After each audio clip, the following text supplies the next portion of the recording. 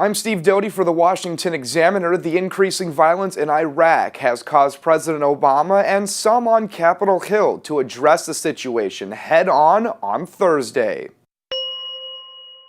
Speaking from the White House press room, Obama said the U.S. will send 300 military advisors to Iraq, but repeatedly stressed no boots on the ground in the country.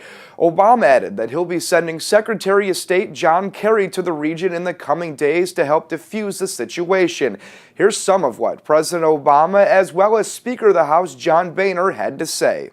American forces will not be returning to combat in Iraq, but we will help Iraqis as they take the fight to terrorists who threaten the Iraqi people, the region, and American interests as well. And going forward, we will be prepared to take targeted and precise military action if and when we determine that the situation on the ground requires it. If we do, I will consult closely with Congress and leaders in Iraq and in the region.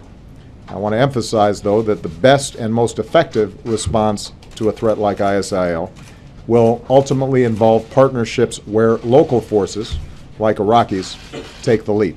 Meanwhile, the United States will not pursue military options that support one sect inside of Iraq at the expense of another. There's no military solution inside of Iraq, certainly not one that is led by the United States.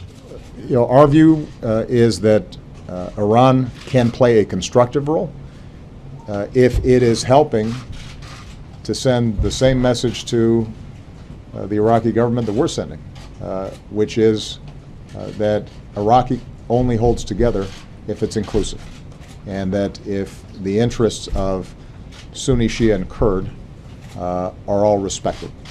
If Iran is coming in solely as an armed force on behalf of the Shia, and if it is framed in that fashion, then that probably worsens the situation. I heard a little bit about Iraq yesterday, but the White House has known for months about this situation in Iraq. And when you look, it's not just Iraq. It's Libya, it's Egypt, it's Syria.